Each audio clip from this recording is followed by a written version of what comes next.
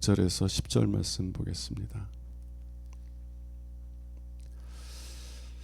히브리서 5장 1절에서 10절 말씀. 신약성경 357쪽쯤 됩니다. 대상마다 사람 가운데서 택한 자이므로 하나님께 속한 일에 사람을 위하여 예물과 속죄하는 제사를 드리게 하나니 그가 무식하고 미혹한 자를 등이 용납할 수 있는 것은 자기도 연약에 휩싸여 있음이라. 그러므로 백성을 위하여 속죄제를 드린 것 같이 또한 자신을 위하여서도 드리는 것이 마땅하니라. 이 존귀는 아무도 스스로 취하지 못하고 오직 아론과 같이 하나님의 부르심을 받은 자라야 할 것이니라. 또한 이와 같이 그리스도께서 대제사장 되심도 스스로 영광을 취하심이 아니요 오직 말씀하시니가 그에게 이르시되 너는 내 아들이니 내가 오늘 너를 낳았다 하셨고, 또한 이와 같이 다른 데서 말씀하시되 내가 영원히 멜기세덱의 반차를 따르는 제사장이라 하셨으니 그는 육체에 계실 때에 자기를 죽음에서 능히 구원하실 이에게 심한 통곡과 눈물로 간구와 소원을 올렸고 그의 경건하심으로 말미암아 들으심을 얻었느니라. 그가 아들이시면서도 받으신 고난으로 순종함을 배워서 온전하게 되셨은즉 자기에게 순종하는 모든 자에게 영원한 구원의 근원이 되시고 하나님께 멜기세덱의 반차를 따른 대제사장이라 칭하심을 받으셨느니라. 아멘. 오늘은 제 수요일이라 불리기도 하고 성의 수요일이라고도 불립니다. 사순절 첫날 저녁 예배를 성의 수요일이라 명명하고 우리가 전통적으로 지켜오는데요. 이 사순절이라는 것은 다음 주부터 주일을 뺀 6주 하고 오늘부터 토요일까지의 4일을 합쳐서 40일을 사순절이라고 부릅니다. 6주에서 주일을 뺀 6일, 66이 36하고 수, 목, 금, 토 이렇게 4일을 해서 40일을 우리가 사순절로 지키는데요. 전통적으로는 이때 금식하며 우리의 죄를 회개하며 하나님 앞에 더 가까이 나아가는 그런 시간을 가졌었는데 오늘날에는 좀 우리의 죄가 무엇인가, 하나님께서 우리를 사랑하셔서 독생자를 내어주셨는데 우리가 그 은혜를 받아들이지 못하고 살았던 것이 죄구나.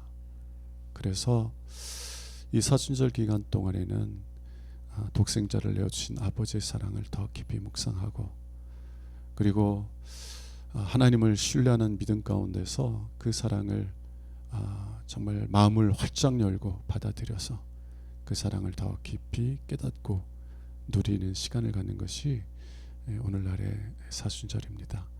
이 사순절 첫날을 맞이하여서 우리가 앞으로 이 40일 기간 동안 십자가의 사랑을 더 깊이 깨닫고 고백하고 경험하는 은혜가 있길 원하고, 그래서 우리를 위하여서 독생자를 내어주신 아버지의 사랑을 알기에 이전보다 더 하나님을 신뢰하고 이전보다 더 하나님을 사랑하고 겸손히 하나님과 동행하는 그런 친밀한 사랑의 관계 속으로 더 깊이 들어갈 수 있기를 주님의 이름으로 축원합니다. 오늘은 예수님께서 우리의 영원한 구원의 근원이 되신다 라는 말씀을 가지고 함께 은혜를 나누길 원합니다. 오늘 10절 보면 자기에게 순종하는 모든 자에게, 여러분 예수를 믿는다고 하는 것은 그냥 단순히 지적으로 동의하는 것이 아니라 믿음은, 참된 믿음은 순종을 가져옵니다. 내가 예수님을 믿습니다 라고 하면서도 자기 뜻대로 자기 고집대로 살아가는 것은 예수를 믿는 것이 아니에요. 예수를 믿는 사람들은 그 예수님께 순종하게 되어 있습니다. 그래서 9절에 보면 자기에게 순종하는 모든 자들에게, 자기에게 순종하는 모든 자에게 라고 말씀하세요. 왜 자기를 믿는 자 모든 자에게라고 말하지 않고 이 히브리서 5장 9절은 예수님을 순종하는 모든 자에게라고 말합니까? 왜냐하면 참된 믿음은 순종을 가져오기 때문에 그렇습니다. 이 야고보 사도는 행함이 없는 믿음은 죽은 믿음이라고 그랬어요. 예수님 믿습니다 하면서 예수님께 순종하지 않는, 예수님 믿습니다라고 그러면서 주님의 말씀에 순종하지 않는 믿음은 참된 믿음이 아니라는 거예요. 죽은 믿음이라는 거예요. 정말 예수님을 신뢰하면 그 예수님 말씀에 순종하고 예수님의 말씀에 따라 살아가게 되는 것입니다. 사기꾼이요, 우리에게 사기를 쳐요. 정말 가만이설로. 그 사기꾼 얘기를 들으면 내가 금방 부자 될 것 같아. 그 사기꾼 말을 믿으면 어떻게 해요? 우리의 소중한 돈을 사기꾼에게 넘겨주잖아요. 믿으면 순종이 따라요. 믿으면 순종이 따라요. 사기꾼의 말도 믿으면 그 사기꾼의 말에 사기꾼에게 순종하게 되는데, 예수 그리스도를 믿는다고 그러면서 순종하지 않는다. 그것은 참된 믿음이 아니라는 거예요. 물론 우리 안에 있는 그런 어떤 죄의 본성 때문에 주님에게 순종하는 것이 쉬운 일이 아니에요. 그래서 좀 이따 살펴보겠지만, 순종하기 위해 예수님을 진정으로 신뢰하고 그리고 순종하기를 원하는 사람들은 하나님께 부르시는 거예요. 왜 우리가 기도해요? 순종하고 싶어서. 자, 자기에게 순종하는 모든 자, 단순히 예수를 믿는다고 말하지 않고 예수에게 순종하는 자라고 말한 것은, 참된 믿음은 반드시 순종이라는 열매가 맺히게 되기 때문입니다. 자, 예수님께서 자기에게 순종하는 모든 자에게 뭐가 되세요? 영원한 구원의 근원이 되신다는 겁니다. 영원한 근원의 근원이 되신다는 거예요. 예수를 믿는 자들, 예수님을 믿기에 주님께 순종하는 삶을 살아가는 사람들은 예수님 때문에 영원한 구원 안에 있다는 것입니다. 예수가 우리의 영원한 구원의 근원이 되시는 거예요. 내가 정말 의로운 삶을 살았고 다른 사람보다 더 선한 삶을 살았기 때문에 내가 구원을 받는 것이 아니라, 예수님께서 나의 영원한 구원의 근원, 뿌리가 되시기 때문에, 내가 예수님이라는 나무에 접붙여져 있기 때문에 내가 구원을 받는 것이에요. 내가 값없이 예수 때문에 구원을 받게 된다는 것이에요. 그리고 그 구원은 영원하다. 영원하다. 오늘날 내가 정말 어느 때보다 믿음 생활 열심히 하고 있어요. 하나님 은혜 주셔서 기도도 막 하고 싶고 예배도 참석하고 싶고 정말 하나님을 위해서 기뻐하는 삶을 살고 싶고, 근데 늘 그러면 얼마나 좋겠어요. 이 영적인 침체의 때가 오더라고요. 지금 이렇게 뜨겁게 믿음 생활할 때 하나님께서 탁 오라 하시면 얼마나 좋겠어요. 내가 이렇게 뜨거울 때 예수님이 재림하시면 얼마나 좋겠어요. 근데 늘 그런가요? 참 영적인 침체기가 오더라고요. 그렇게 막 기도하고 싶었는데 기도하기가 싫어지고, 말씀을 들어도 말씀이 잘 안 들어오고, 성경 그렇게 막 보고 싶어가지고, 근데 이제는 성경에 손이 가기보다는 자꾸 텔레비전에 손이 가고. 여러분, 그럴 때 예수님 오시면 어떻게 해요?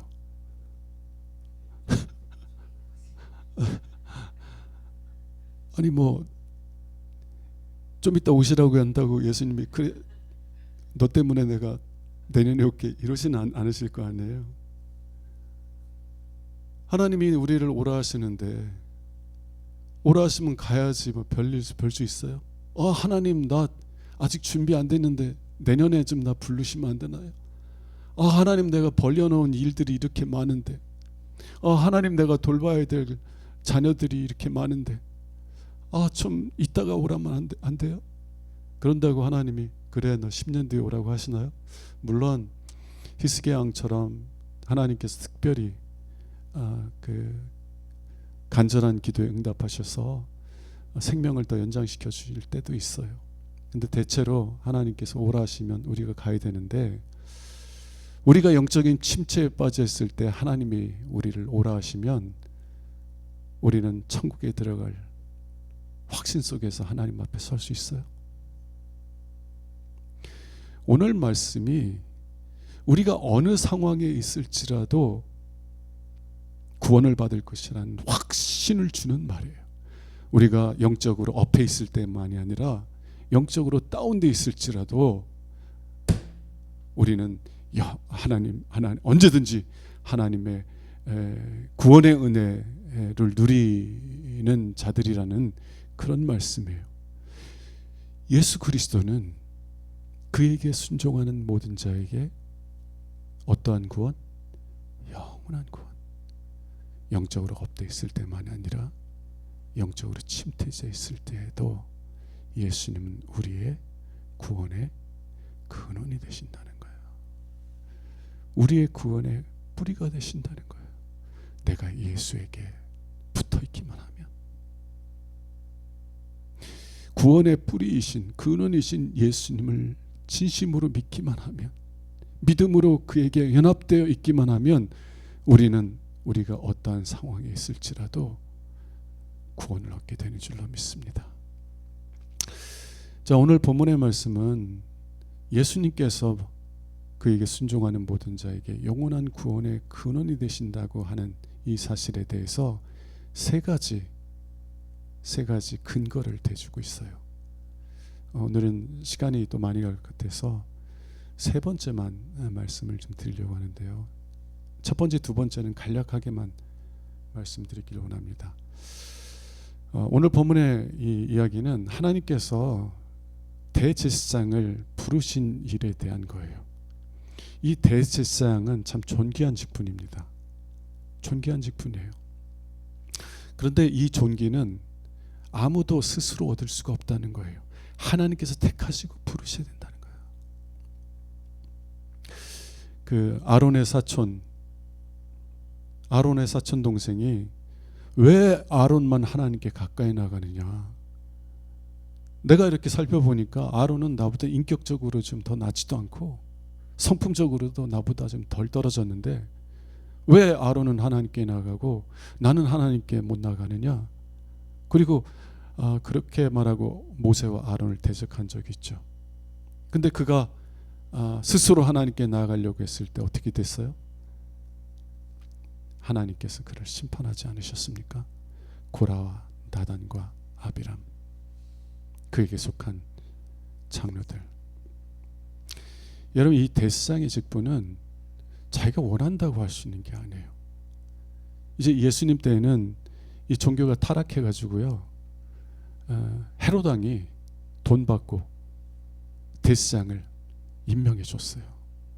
오늘날도 목사직을 사고 파는, 교회를 사고 파는 일들이 아주 정상인 것처럼 이렇게 얘기가 됩니다.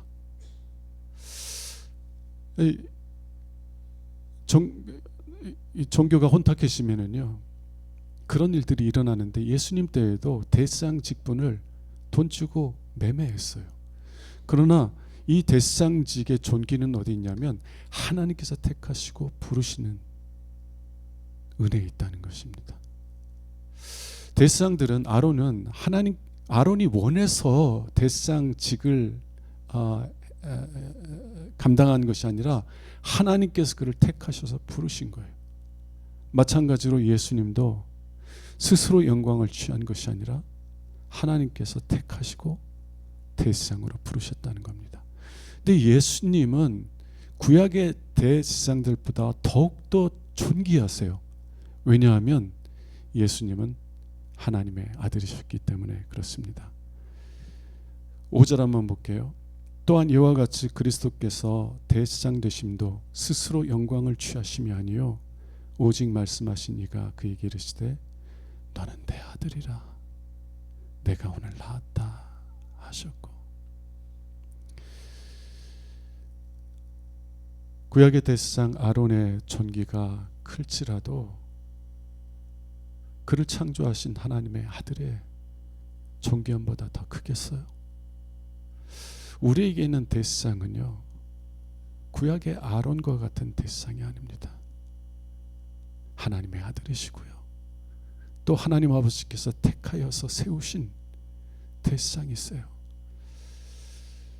여러분, 구약의 아론 대상이 존귀할지라도 하나님의 아들 예수 그리스도보다 얼마나 더 존귀하겠어요? 구약의 대상이 직접 백성들을 하나님 앞에서 변호할지라도 하나님의 아들이신 예수 그리스도께서 저와 여러분을 변호해 주신다면 하나님께서 누구의 말씀을, 누구의 변호를 더 기쁘게 받으시겠어요? 우리에게는요, 하나님의 아들이신 예수 그리스도께서 우리의 대상으로 계신 거예요. 두 번째도 잠깐 설명을 하면, 예수님의 대상직은 영원하다는 것입니다. 구약의 대상들은 아무리 존귀한 직분을 가졌을지라도 나이가 들면 죽어요. 떠나가요.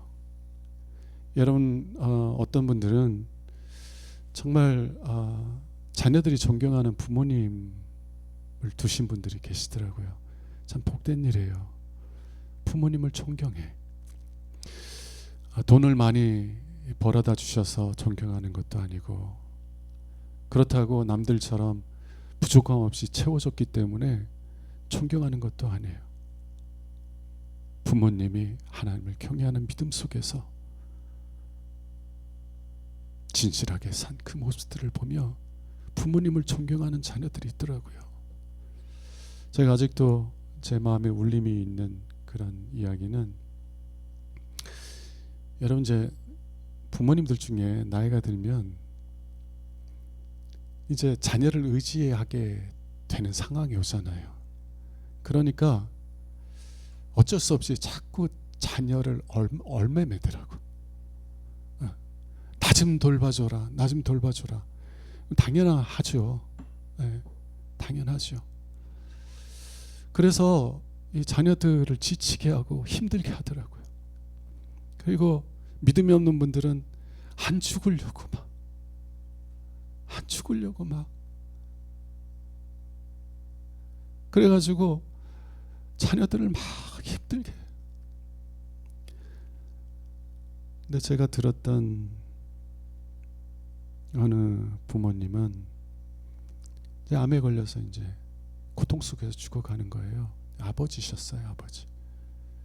근데 그 아버지가 병원에 입원해 있는 기간 동안 평소에도 그랬지만 부모님의 그 신앙에 감동을 받는 거예요. 아픔이 오면 하나님에 엎드려서 기도하고, 고통이 진정되면 하나님의 말씀 묵상하면서 하루를 보내고, 자녀들이 오면 부모님, 아버지 돌봐드리려고 왔는데 오히려 아버지가 자녀들 돌봐주고 자녀들에게 축복해주면서 기도하고, 아버지의 정말 몇 달간의 그 시간이 정말 나도 나중에 죽어가면 내 아버지처럼 저렇게 죽음을 맞이하고 싶다. 저렇게 하나님을 경외하는 삶 속에서 살다가 하나님 앞에 갔으면 좋겠다. 자녀들 마음 가운데서 그 아버지를 정말 존경하는 마음 속에서 아버지의 마지막을 이렇게 지켜볼 수 있게 되었더라고요. 그러니까 자녀들이 아버지 돌아가신 다음에 그 아버지를 너무 존경하고 그런 아버지를 두었었다는 사실에 대해서 하나님께 그렇게 감사를 하더라고요. 어떤 분들은 그런 부모님을 두어요. 근데 문제는 뭐예요? 아무리 존경하는 부모님이라도 떠나갈 때가 온다는 거예요. 아무리 나를 사랑하는 부모님이라도 나를 떠나갈 때가 온다는 거예요. 여러분이 정말 존경하는 목사님일지라도 떠나갈 때가 오는 거예요. 떠나갈 때가 오는 거예요.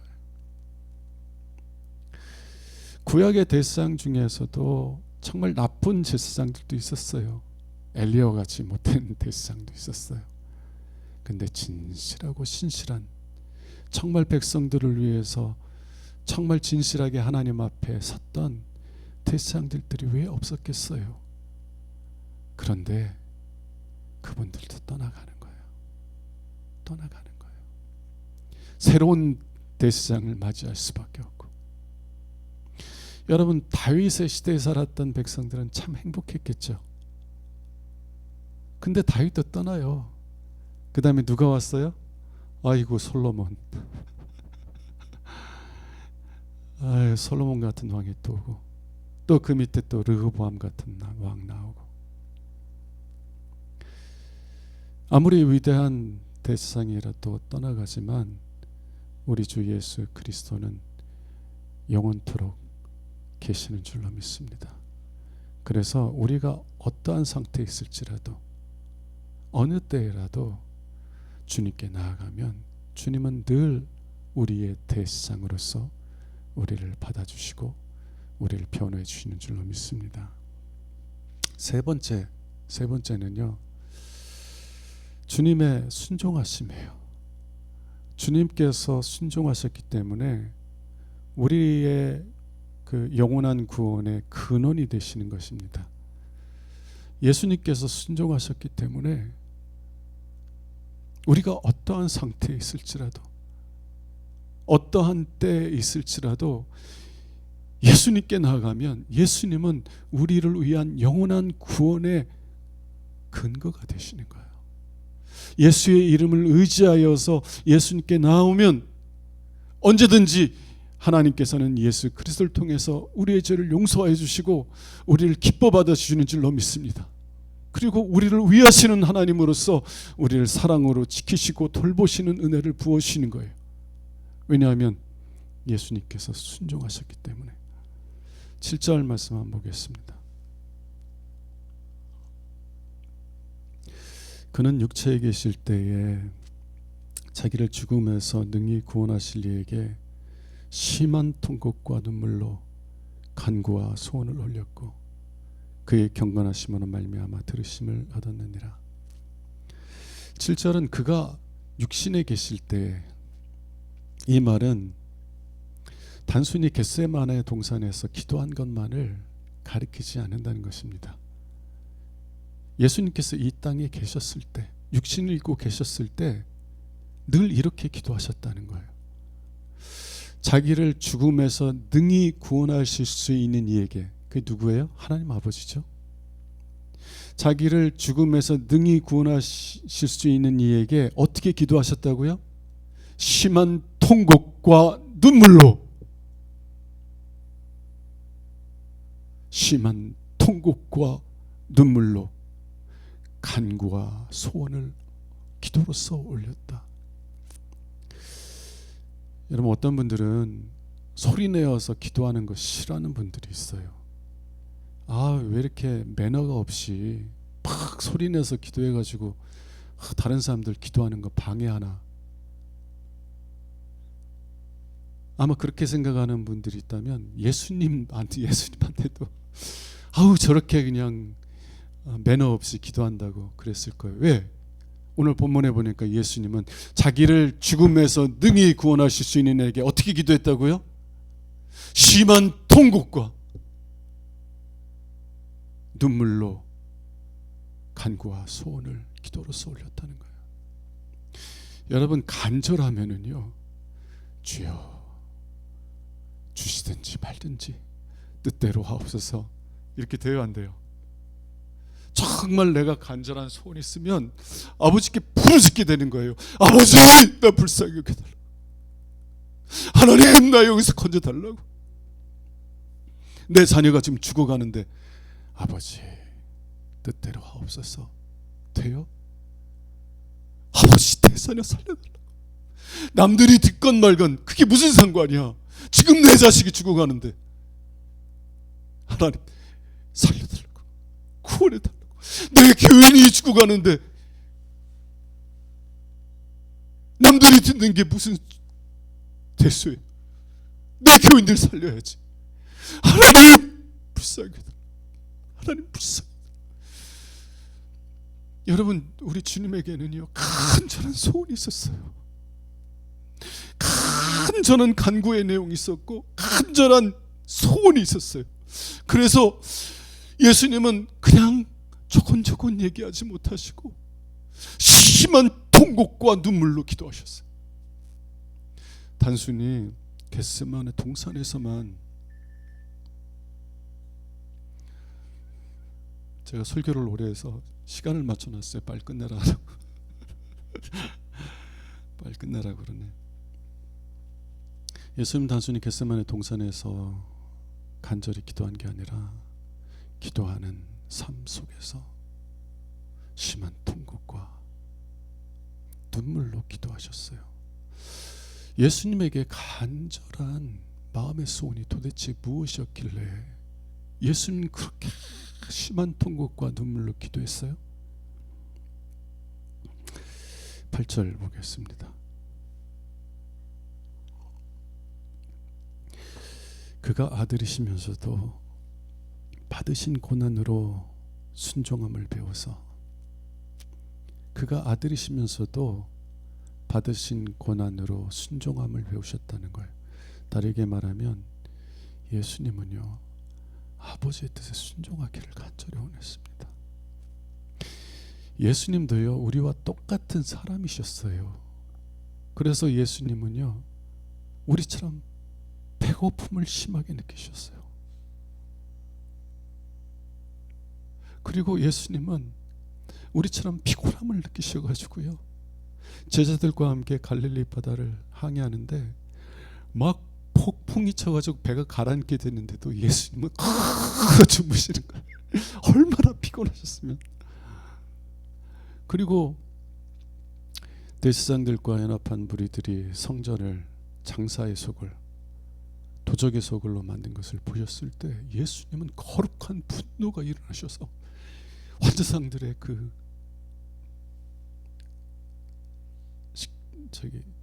탁자를 뒤집어 부시고 소와 양들을 몰아내시고 그러면서 대아버지의 집을 도적의 소굴로 만들지 말라 분노하셨어요.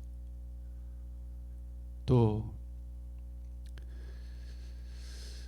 나사로가 죽었을 때 그로 인하여서 그의 누이들이 애통하고 슬퍼하는 것을 보셨을 때 주님도 슬퍼하시며 눈물을 흘리셨고, 십자가를 짊어지시기 위해서 예루살렘에 가까이 오셨을 때 회개하지 아니하고 고집스럽게 멸망의 길로 가는 예루살렘을 보며 눈물을 흘리셨어요. 예수님도 우리처럼 연약하셨어요. 드시지 않으면 배고파하시고 피곤하면 골아 떨어지시고 슬픔을 겪으시고 아픔을 겪으시고. 여러분, 그런 연약함에 있을 때 하나님의 뜻에 순종하는 것이 쉬워요, 어려워요? 여러분, 힘들면 그냥 포기하고 싶어요, 그죠? 좀 지치면 쉬고 싶어져요. 남들이 뭐라고 하든 그냥 내가 원하는 삶을 살고 싶어요, 그죠? 아무리 열심을 내고 신앙생활을 했던 사람도 지치는 시간이 오면 어떤 생각을 하냐면, 야, 이제는 다른 사람 생각하지 말고, 심지어 하나님 생각하지 말고 나만 생각하자. 요즘 젊은 사람들이 자주 하는 말, 이제는 나에게 선물을 해주자. 다른 사람 신경 쓰지 말고 나에게 선물해 줘야지. 그래서 내가 갖고 싶은 거, 돈이 없는데도 막 쇼핑해가지고 나한테 선물해주고, 돈이 없는데도 무리해가지고 여행 가면서 나에게 선물해준다고. 왜 예수님도 그런 마음이 안 들었겠어요? 그런데 예수님은요 아버지에게 순종하고 싶었어요. 그리고 아버지에게 순종하고 싶은데 내 연약함이 그 순종하는 것을 자꾸 가라막으면 그 순종하고 싶은 마음이 큰 것만큼 간절히 기도하게 되는 거예요. 하나님 아버지, 오늘도 아버지의 뜻에 순종하는 삶을 살기를 원합니다. 아버지에 순종하려고 하는데 내 몸이 자꾸 나를 끌어당깁니다. 아버지께 순종하려고 하는데 자꾸 내 마음이 나를 낙심시키려고 합니다. 하나님 불쌍히 여겨주시옵소서. 오늘 하루를 살아가는 동안 아버지의 기뻐하신 뜻을 따라 순종하는 삶을 살아갈 수 있도록 은혜를 주옵소서. 왜 예수님이 이렇게 간절히 기도하셨어요? 예수님일지라도요, 하나님 아버지께서 오늘 믿음의 삶을 살아갈 수 있는 힘을 주시지 않으면 아버지께 순종할 수 없었기 때문에 그래요. 우리는 보통 예수님은 그냥 하나님의 아들이니까, 그러니까 늘 하나님 기뻐하시는 뜻에 따라 순종하는 삶을 살았겠다. 그러면 예수님 이렇게 기도 안 하셔도 됐을 거예요. 근데 예수님도 우리와 같은 연약함에 휩싸였었기 때문에 오늘도 내일도 하나님께서 이 연약함을 극복할 수 있는 힘을 주시지 않으면 아버지에게 순종할 수 없었다는 것을 잘 아셨어요. 그래서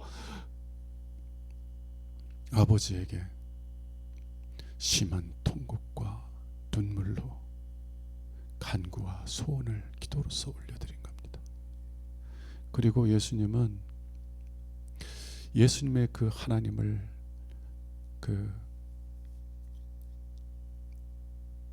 가볍게 여기는 것이 아니라 중요하게 여기는 그의 경건하심으로 말미암아 기도의 응답을 받았다는 거예요. 기도의 응답을 받았기 때문에 매일매일 하나님 뜻에 순종하는 삶을 살아갈 수 있었고, 그리고 마지막 순간에도 예수님은 할 수만 있으면 십자가 짊어지기 원하지 않으셨어요.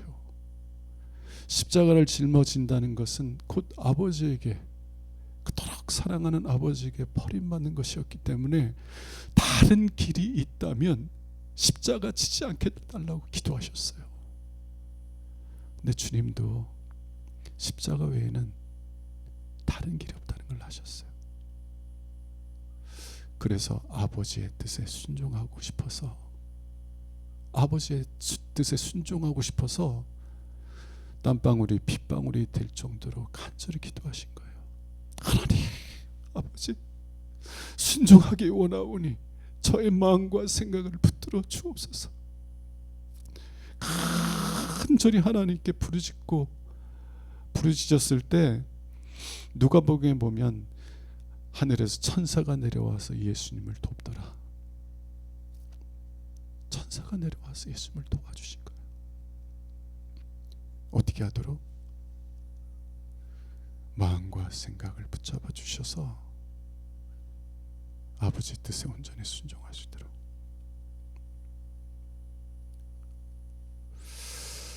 자, 그리고 8절과 9절 한번 봅시다. 그가 아들이시면서도 받으신 고난으로 순종함을 배워서 온전하게 되셨다. 아니, 예수님이 받으신 고난을 통해서 순종함을 배우셨고 그래서 온전하게 되셨다라는 말이 무엇을 의미하나요?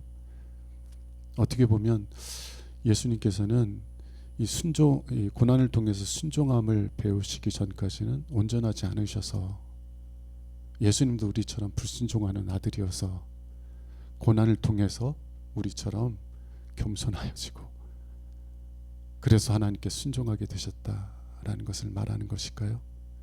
아니요. 고난을 받기 전까지는요, 고난 속에서 정말 아버지 뜻에 순종하고 싶어서 부르짖기 전까지는요, 아버지는 하나님 아들 예수 그리스도는 영원 전부터요 아버지께 순종하는 삶을 사셨어요. 아버지를 향한 마음이 언제나 순전하였고 아버지를 향한 사랑이 충만하였어요. 그런데 실제로 고난 속에서 순종하는 것은 다른 문제입니다. 우리 그거 잘 알잖아요. 하나님의 은혜와 사랑을 깨달았어요. 그래서 그 사랑을 깨달았을 때 하나님 내 온 마음을 다 바쳐서 하나님께 순종하는 삶을 살겠습니다. 순전한 마음이에요. 하나님 아세요. 그런데 고난 속에서 잘 돼요, 안 돼요? 잘 안 돼요. 잘 안 돼요. 예수님도요 고난을 받기 전까지는 온 마음을 다해서 아버지를 사랑하셨어요. 온 마음을 다해서 하나님 아버지에게 순종하시는 삶을 사셨습니다. 그런데 실제로 고난 속에서 아버지께 순종하는 건 다른 문제라는 거예요. 다른 문제예요. 근데 예수님은 고난 속에서도 아버지께 온전히 순종하셨어요? 안 하셨어요? 순종하기 위해서 심한 통곡과 눈물로 아버지께 기도하고 부르짖었어요. 그래서 기도의 응답을 통해서 매일매일 그리고 마지막에는 십자가까지도 아버지의 뜻에 온전히 순종하게 되신 줄로 믿습니다. 그래서 아버지에 대한 사랑, 아버지에 대한 믿음, 아버지에 대한 순종이 고난받기 전까지는 아직 그게 증명되지 않은 그런 마음이었다면 고난 속에서 순종한 것은 그 예수님이 가지고 있던 그 마음이 온전하다는 것을 증명하는 시간이 된 거예요. 고난받기 전에도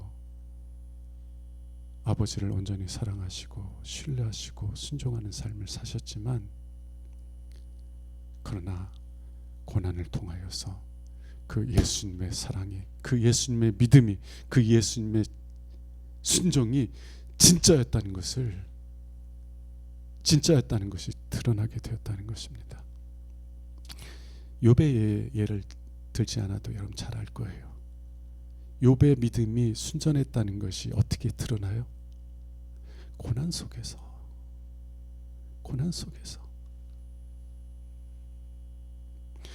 예수님의 아버지에 대한 사랑, 아버지에 대한 믿음, 아버지에 대한 순종이 순전했다는 것이 고난을 통해서 증명되었고 온전하게 되었다라는 것이에요. 자, 예수님의 이 고난 속의 순종이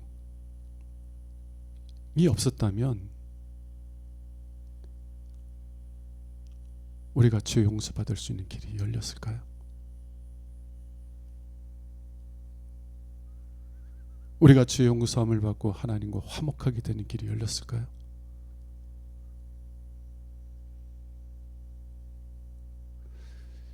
예수님이 고난 속에서도 순종하는 법을 배우셔서 온전하게 되셨기 때문에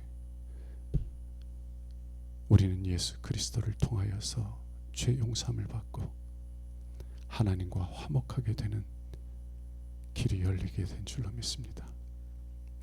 예수님의 온전한 순종, 고난 속에서도 끝까지 아버지께 순종하셨던 그 예수님의 온전한 순종 때문에 예수님은 우리를 위한 영원한 구원의 근원이 되시는 줄로 믿습니다. 제 경험을 잠깐 얘기하고 말씀을 마치도록 할게요. 어제 새벽인가요? 오늘 새벽인가? 오늘 새벽이구나. 오늘 새벽에는 사탄이 제 양심을 통해서 저를 막 정죄하는 게 얼마나 강하든지 새벽에는 뭐 특별히 새벽기도 시간에는 그냥 무릎 꿇으면 하나님의 막 은혜를 부어주셔서 그래서 기도의 깊이 들어가는 것이 별로 이렇게 큰 어려움 없이 기도를 하는데, 오늘 새벽에는 기도를 하는데 기도에 들어갈 수 없을 정도로 사탄이 저를 막 정죄하는 거예요. 근데 사탄의 정죄, 제 양심을 통해서 막 정죄를 하면 그것을 막 부인하기 쉽지 않은 게 다 사실이거든요. 사탄이 제 양심을 통해서 정죄하는 게 다 사실이야. 제가 막 어쩔 수 없이 넘어진 것이 아니라 알면서도 잘못된 길로 가는 경우들도 있거든요. 아, 이렇게 해야 되는데 알아요. 하기가 싫어. 하나님께 이렇게 해야 순종하는 거 알면서도 안 해. 오히려 반대로 갈 때도 있는 거야. 근데 사탄이 그것을 드러내면서 네가 그렇게 하고도 하나님을 믿는 자냐고 정죄하기 시작하면은요, 제가 어떻게 기도가 되겠어요? 하나님 앞에 기도가 안 되는 거예요. 사탄은요, 항상 절반의 사실만 보여줘요. 그래서 결국은 그게 거짓이거든요. 근데 하나님 감사한 거는 예수 그리스도께서 이 세 가지 사실로 인하여서 저를 위한 영원한 구원의 근원이 되신다는 사실을 알게 해주셨기 때문에, 말씀을 통해서 알게 해주셨기 때문에 사탄이 제 양심을 통해서 저를 정죄하고, 그래서 기도에 들어가지 못하도록 저를 이렇게 공격할 때에 저는 제 자신을 바라보지 않았어요. 사탄은 자꾸 제 자신을 바라보라고 그래. 네가 어떤 놈인지 바라봐. 네가 어떤 사람인지 좀 봐봐. 이러고도 네가 목사냐? 이러고도 네가 하나님을 믿는다고 그래? 근데 저는 사탄이 이끄는 자리로 들어가서 싸우지 않아요. 저는 저를 바라보며 싸우지 않아요. 사탄이 정죄할 때 저는 십자가를 바라보는 거예요. 그리고 주님께서 하나님의 아들이시고 영원한 제사장이고, 그리고 저를 구원하시기 위해서 고난 속에서 그리고 죽기까지 순종하신 그 은혜 때문에 예수님께서 저의 영원한 구원의 근거가 되시는 줄로 믿습니다. 제가 영적으로 승리하고 있을 때만 저를 구원해 주신 것이 아니라, 제가 영적인 바닥의 상태에 있을지라도 예수님은 나의 영원한 구원의 근거가 되십니다. 주님께서 나를 구원하시기 위해서 십자가에까지 순종하신 그 은혜가 있었기 때문에 제가 죄 용서를 받고 하나님께 받아들여지게 되었음을 고백합니다. 주님의 그 십자가의 은혜를, 고난 속에서 아버지께 순종하기 위해서 심한 통곡과 눈물로 기도했던 그 은혜, 그리고 그 기도의 응답을 통해서 십자가에까지 순종하셨던 그 은혜, 그 은혜를 의지합니다. 그리고요, 십자가 붙잡고 싸웠어요. 그랬더니 한 10분 정도 그런 영적인 싸움을 싸고 난 다음에 하나님의 은혜가 임하는 걸 경험하기 시작하더라고요. 다시 감사의 눈물이 터져나오기 시작하고, 하나님의 은혜에 대한 고백이 다시 터져나오기 시작하고. 여러분, 우리에게는 대상이 계세요. 우리의 영원한 구원의 근원이 되시는 예수 그리스도가 있어요. 하나님 앞에 설 때, 특별히 예배하러 하나님께 나올 때, 기도로서 하나님께 나아갈 때, 여러분 자신을 의지하여서 하나님께 나가지 말고 우리를 위하여 죽기까지 순종하셨던 예수 그리스도의 십자가의 은혜를 의지하여서 담대하게 아버지께 나아가는 여러분 되시기를 주님의 이름으로 축원합니다. 5장 바로 앞절에 보면 히브리서 4장 18절에서 15절 16절에서 이렇게 말합니다. 우리에게 있는 대상은 우리의 연약함을 동정하지 못하실 리가 아니에요. 예수님은 여러분의 연약함을 동정하지 못하실 분이 아니에요. 왜냐하면 예수님도 아픔, 우리가 겪는 아픔을 똑같이 겪으셨기 때문에. 16절에 그러므로 우리는 긍휼하심을 받고 때를 따라 돕는 은혜를 위하여 하나님의 은혜의 보좌 앞에 어떻게 나가라고요? 담대히 나가세요. 기도하려는데 사탄이 여러분의 양심을 정죄하면 주눅들어요. 기도가 안 돼요. 우리의 모습을 의지하여 하나님께 나가는 것이 아니라 예수 그리스도, 우리의 영원한 구원의 근원이 되시는, 뿌리가 되시는 예수님의 은혜를 의지하여 하나님의 은혜의 보좌 앞에 지성소에 담대히 나가셔서, 그래서 하나님의 긍휼하심을 얻고 때를 따라 돕는 은혜를 받아 누리는 여러분 될 수 있기를 주님의 이름으로 축원합니다. 찬송가 부르겠습니다. 편찮은 주님의 사랑과 270장 부른 다음에